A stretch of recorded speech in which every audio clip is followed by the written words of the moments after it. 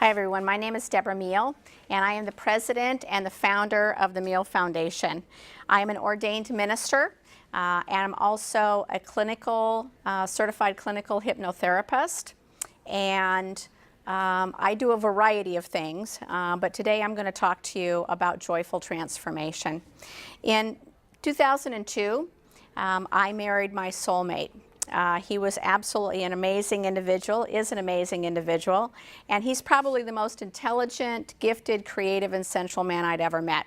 18 months after we got married, he was diagnosed with bipolar disorder, and our life shifted dramatically.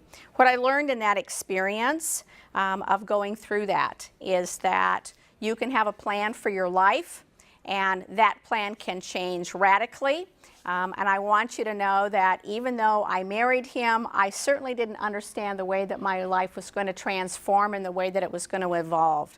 What I learned through that process is the more that you resist change, the less joyful that you become. As you resist change, what happens is you get dug in as the spirit of your understanding, the divineness of your understanding, however it is you want to call your particular God, tries to move you. The more dug in that we get, the harder it is to make that change. My life changed, his life changed, our family changed. There was no part of our lives with his illness that changed, that did not change.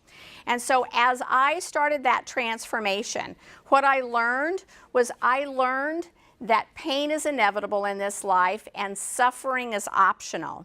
And what that means is that we're going to have things in our life that we don't like, but what happens is that when we lend our opinion to those particular events and those traumas that happen in our life, when we get dug in, what happens is that we start to embody a victim consciousness.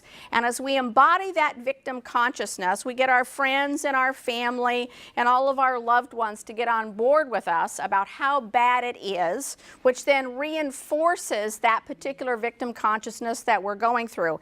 And it's not that we should like bad things happening to people, because we don't. We don't like bad things to happen to us. We don't like trauma to happen to us.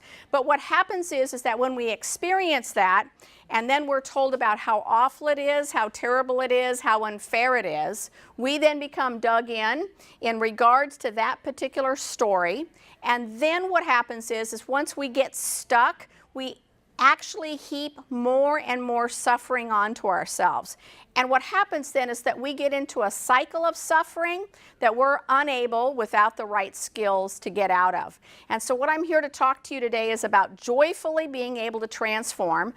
We're told from the time that we're really little that change is hard. And if you believe that, then change is hard, because I guarantee you that what you think about, you will manifest. And if you believe that change is hard, and if you have been told from the time that you were little that you like to do things the hard way, that again, you will start to manifest that in your life. And none of us wants to be beaten up by the Spirit. None of us wants to take, again, our medicine harshly. None of us wants that bitter medicine all the time.